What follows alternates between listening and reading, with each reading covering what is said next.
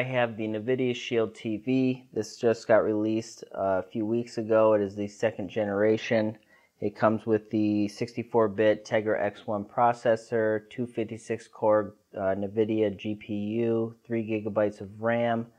And this is basically Nvidia's answer to having an entertainment set-top box. This thing can do a lot of cool things, which we'll see in the review. I bought it just to see how it could handle 4K video. I'm looking probably in the near future to get a TV that handles HDR, if I have anything to say about it. It runs on obviously on an Android operating system, so it's pretty similar, and it's another reason why I pick it up, because I have the Nvidia Shield tablet, which I basically love. I use it every day. My kids have one, they enjoy it. Very sturdy, very fast. Can't really say anything bad about it. But the device itself comes with two USB 3.0 ports, HDMI out, Ethernet port out, powered obviously, and then it also has built-in Wi-Fi, AC standard. Got some ventilation fans. This thing, I used it for a couple hours straight, testing all the services for the review, and I did not hear this thing kick on once. I have not taken it apart, which I don't think I'll do, but as far as the fans or anything like that in there, if there is some, I could not hear them.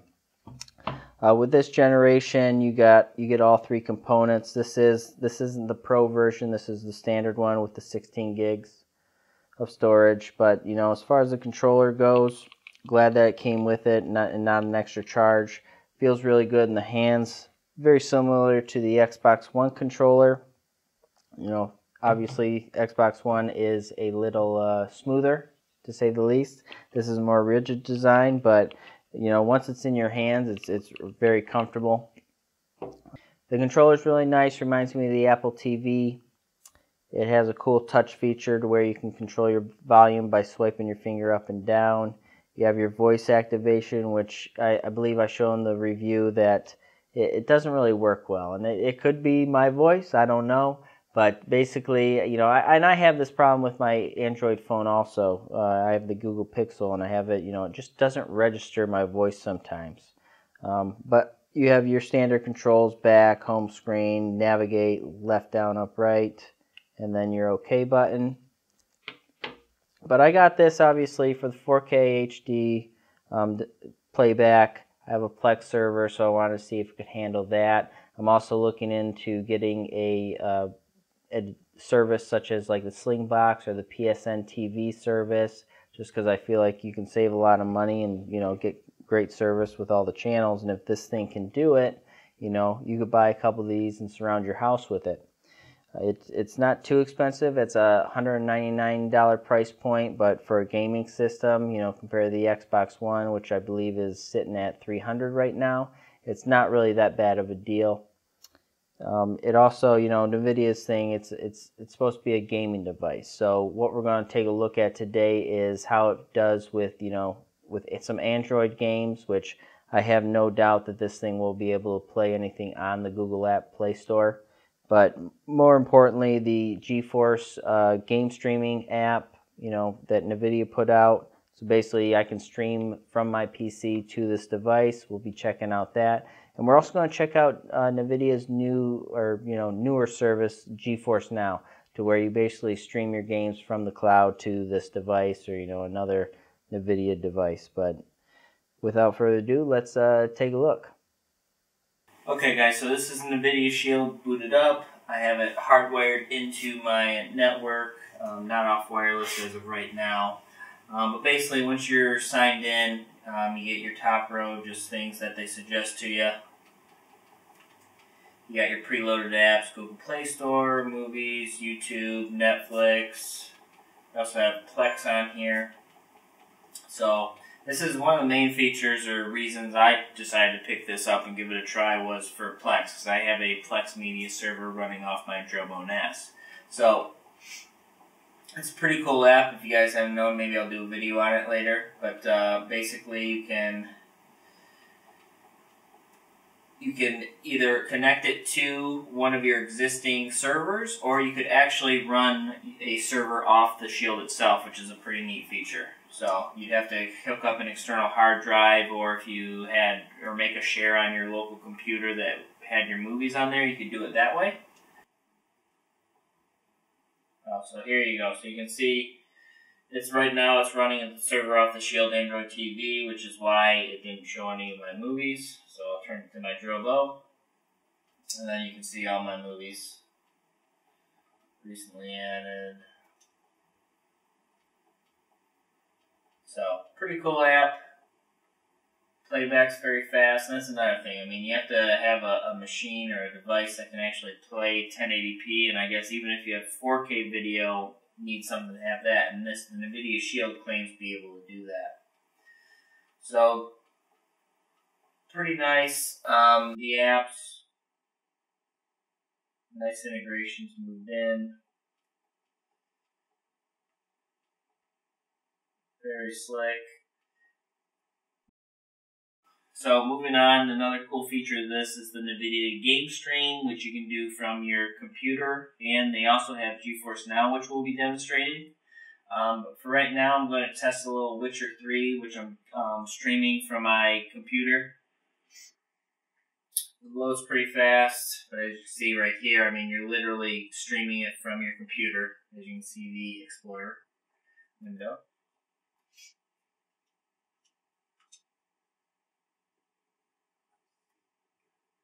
So as you can see, it's pretty fast loading. Skip that, load the game real fast.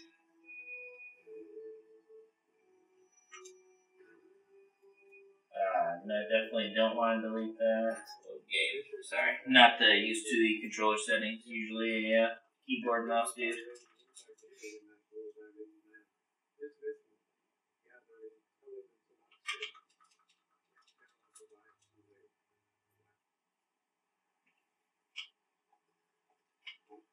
So, starting off, I mean, you can see the graphics, really nice.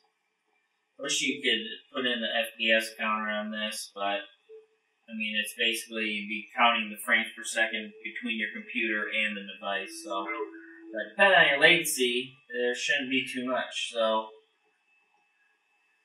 let's go save this dude.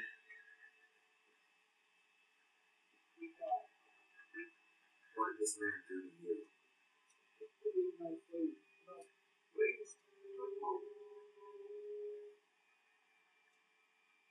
Let him go. So you see graphics look real nice. Try that some nicely.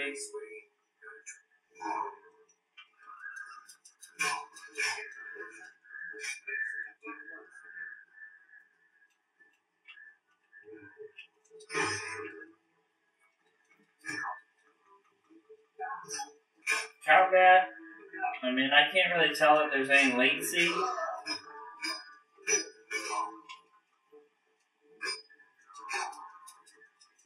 I mean, this is definitely playable. I don't see any issues with that. Sorry, commentary's probably pretty bad when I'm trying to play a game. Thank you.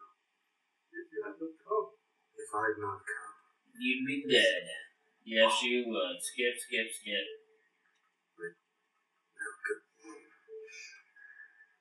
So, as you can see, everything looks pretty nice. I don't really know what I'm doing here, but I'm also mirroring it on some in-game footage off the Blade. I have a capture card on it, so I'll be able to show you what I'm seeing. But really good quality. Definitely can play this for sure. Press the home button.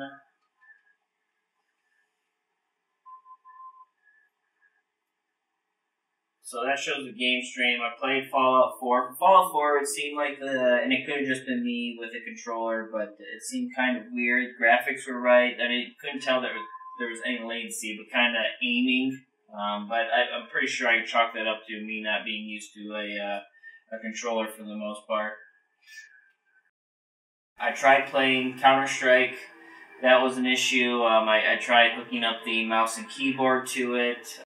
I used just a generic keyboard with a my Razer mouse, and I even tried my Logitech mouse too, and something was wrong with the sensitivity. I actually had to unplug the Razer mouse, plug it into my computer, go through Razer Synapse, and adjust the sensitivity up, but I still couldn't get a proper setting that allowed me to play it good. The input seemed okay in terms of moving and firing. I should say moving my character with the keyboard. But in terms of moving the crosshair, there was definite latency, which is I find really weird because I couldn't tell the latency when I was shooting. So as far as that, I even tried with the controller with Counter-Strike. For some reason, I could do everything except actually move my character. But now to showcase, I'm going to show off a little Batman, and this is from Geforce Now, which is Nvidia's game streaming service, which I think I'm actually going to do a video on because it seems like a pretty cool concept. Basically, this one was included with the subscription. I think it was $7.99 or $7.99 a month. Basically, you get a bunch of preloaded games, then you can purchase more also. But the cool thing with that is that you also get a PC key. So you can either stream it, and then say this will probably be used, I guess, on the go when you're away from your house or away from PC. But when you're on your PC, load that game up there with the game key, and you're good to go. So this is 100% streaming from the cloud or Nvidia servers. And I was already playing this a little bit earlier, so hopefully we have a good load point. But I have a 110 down, 10 up connection, and this plays really well, you'll see. And you can adjust the settings in game. I'm sure it's going to default to 720p, but we can boost that up to, go to graphics options, we can boost that up. So yeah, 720p, boost that up to 1080. You could even go 2560 by 1600 is the best. So I'm just going to try 1080p. Yes, apply. Alright. So as you can see, looks really nice. I press. I can't tell any latency whatsoever. Wish I could remember the controls. Whoa, what is that? There's a party going on.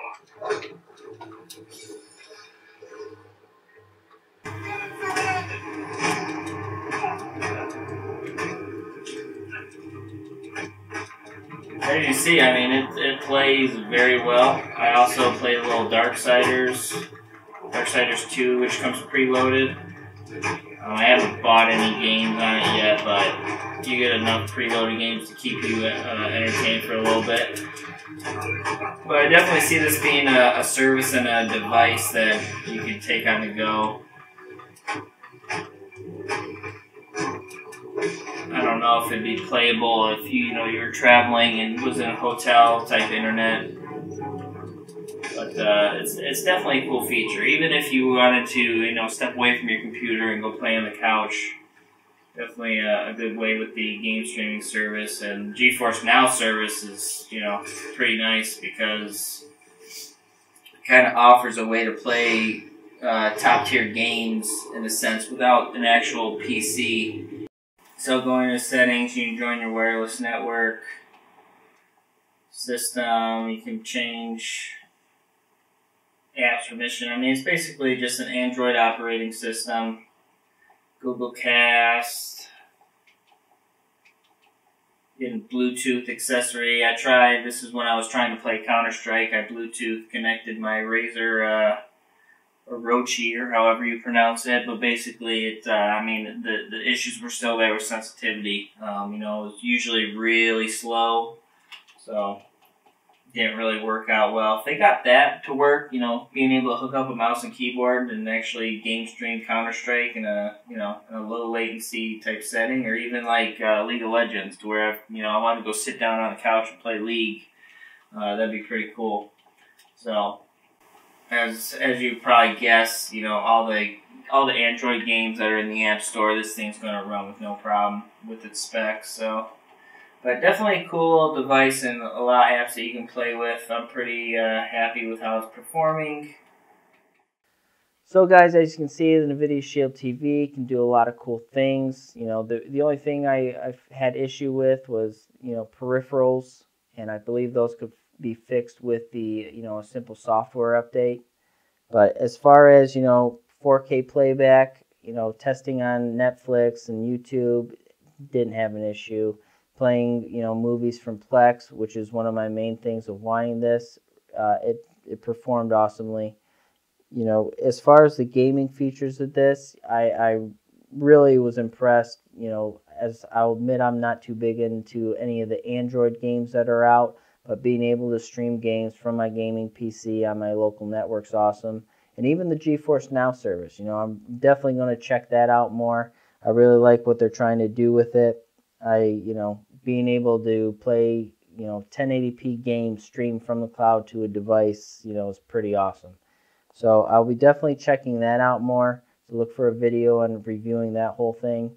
But as far as this video, I think that's it for me, guys. Please hit that like button if you enjoyed it. If you want to see more content from me, hit that subscribe button. And as always, I will see you on the next one.